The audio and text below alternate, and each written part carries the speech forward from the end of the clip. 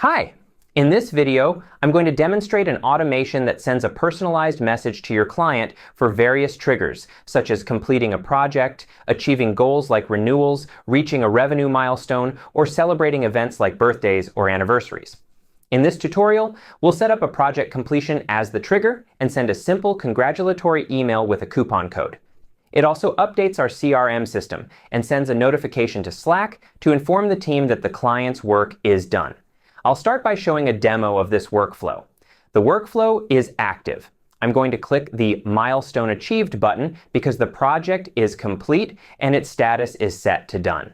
So I'll click this Milestone Achieved button. Clicking it will trigger the workflow. It retrieves the customer's contact details from Airtable. It then updates the project status to done. As you can see, it fetched the contact, updated the status to done, and there were several status options before it was set to done. Finally, it generates an email with a discount coupon and sends it to the customer. The coupon is for their next service, encouraging them to return. Let's check the email. Here's the email we received. Congratulations, we've officially completed your project. Everything is ready to go. We've also included a gift card for you. This is just a sample URL, not a real gift card. But I hope you get the idea. Now I'll show you how to build this workflow. I'm going to open a new n8n tab and create a new workflow. The first step is to set up a webhook. This starts the workflow when the webhook is called. The goal is to trigger this webhook with a button in Notion. I'll show you how to create a webhook on the Notion side to make this happen. You'll add this button to your Notion project. If you have a Notion project, go to the page, type a /, then select Button. You should see a red button appear. Great, I'll name this button Tutorial Button for this example. Next, I'll add a new action. When I click the button, you'll see an option to send webhook, but I'm using Notion's free version, not the pro version. So as a workaround, we'll send a notification to Slack and trigger the webhook when the notification reaches Slack. Let's go to Slack. I'll add a new channel. This is a channel I was already using, but I'll create a new one. Click to create a new channel. Click Next. And for the channel name, I'll call it Tutorial Channel. I'll keep it public and click Create. I'll skip the additional settings for now. Great. We've created a channel called Tutorial Channel. Now I'll add tools to this channel so that whenever a message arrives, meaning when we click the Notion button, a message is sent to this channel, triggering our workflow. To do this, I'll go to Apps and select Add Apps. You should be on the Apps tab. Search for webhooks. You'll see options for incoming webhooks, which send data into Slack in real time. But we need outgoing webhooks, which send data out of Slack in real time. I'll add this, and it will open a new tab. When this tab opens, I'll click Add to Slack. Next, I'll select Add Outgoing Webhook Integration. The integration is now added. If I scroll down to the URL section, this is the webhook URL that Slack expects from n8n. It's linked to this workspace. I'll click it, and it should be a post request. I'll set it to post. I'm using test mode for now since I'm testing, but you can switch to production for live use. You can rename the path if you want. I'll copy this URL and send it to Slack. I'll paste it here, and that should be it. Now, I'll save these settings. Once saved, we can return to Notion. In Notion, we'll set the button to Send Slack Notification. We need to choose a channel, so I'll select Tutorial Channel, the one we just created, and confirm. Now, whenever I press this button, a message should be sent to the tutorial channel. Let's go to the Slack home. I'm now on the tutorial channel. Back in Notion, I'll click the button to test it. Great. The button automation ran successfully. Now we need to confirm if the workflow triggers. I'll listen for the trigger event, go back to Notion, and click the button again.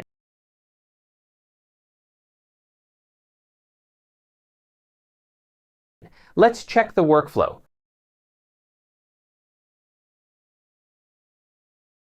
Nothing happened, which means we didn't set it up correctly.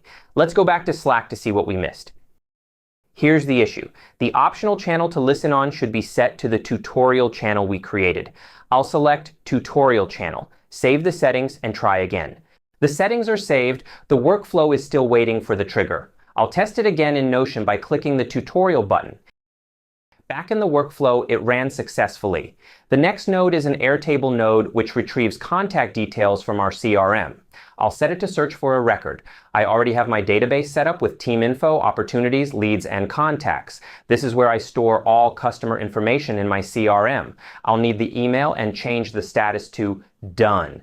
Initially, the status is in progress while the project is pending. I'll fetch this data. In the workflow, the operation is to search from the base. Using the database I created, I'll select contacts as my table. That's it. Let's test this step. It returns data including my name and email, which is what we want.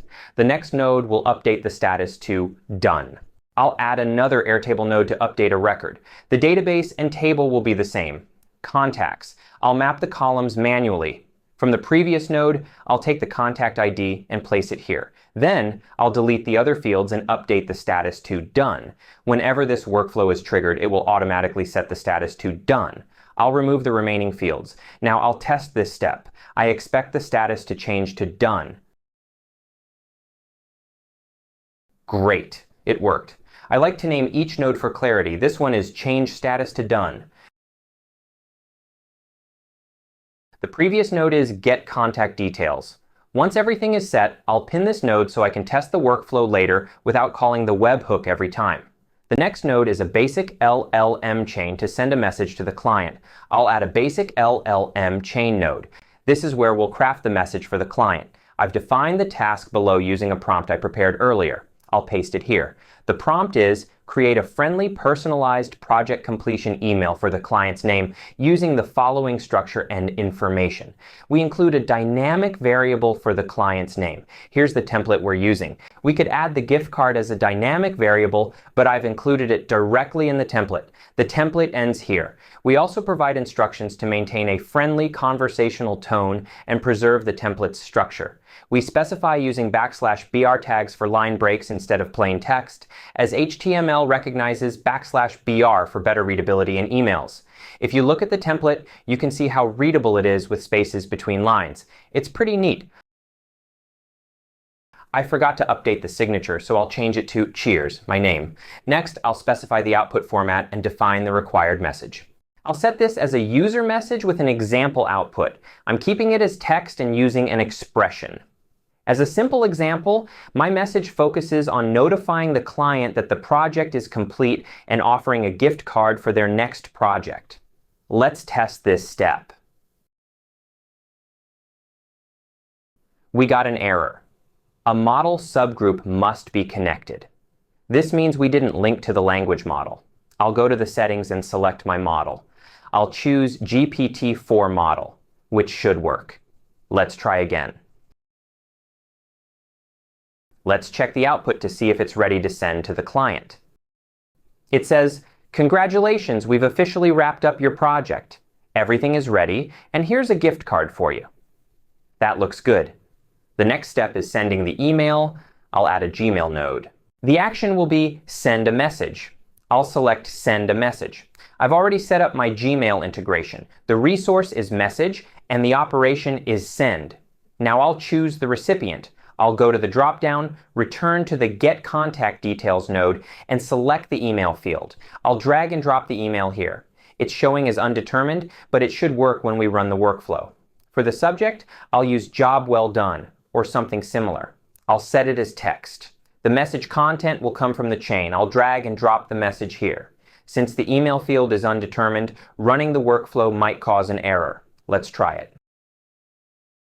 I got an error because the recipient's email couldn't be determined by n8n. Everything else looks fine, so I'll try running the entire workflow to fix it. Now it worked. If I check the node, it's green, and the email was correctly identified. Let's check my other email account to see what was sent. Here's the email. The problem is we have tags visible, which isn't ideal for a professional email. Also, there's a note saying, this email was sent automatically by n8n, which we don't want. To fix this, I'll change the message format to HTML. Using HTML allows the BR tags to be recognized as line breaks. Let's also remove the sent by n8n attribution. We don't want clients to know this was automated. It should feel personalized. I'll go to the properties, add an option, and disable append n8n attribution. With that done, I'll test the step again and check the email to see how it looks. The email looks perfect. The BR tags are gone, and there's no sent by n8n message. That wraps up this tutorial. You can download this template in the description below this video. Let me know in the comments if you liked it. I'll see you in the next one. Thanks for watching.